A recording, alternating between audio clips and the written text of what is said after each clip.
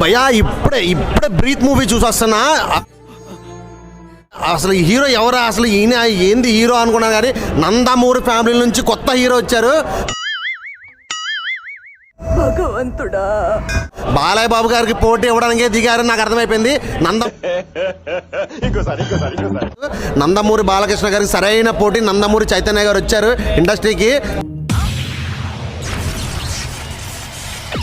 అన్న thank you అన్న, thank you so much. చాలా రోజుల తర్వాత ఒక మంచి సినిమా చూపించినావు. అంటే ఇన్ని సినిమాలు చూసింది వేరు, ఈ సినిమా చూసింది వేరు. చాలా అంటే చాలా బాగుంది. అంత బాగుంటుందండి?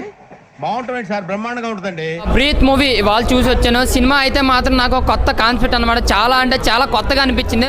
కొత్తగా కాదు, చెత్తగా అనిపించింది.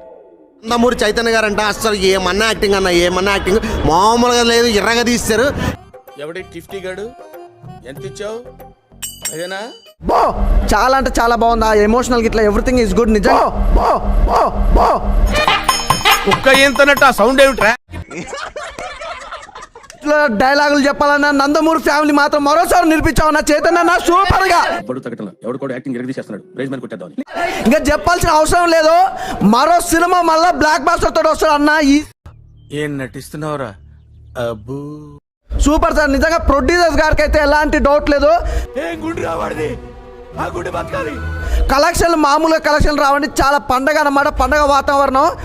తన 2 గాజులు అమ్ముకోవాల్సి వచ్చింది. Is the best best best. నా లైఫ్ లో మర్చిపోలేని సినిమా.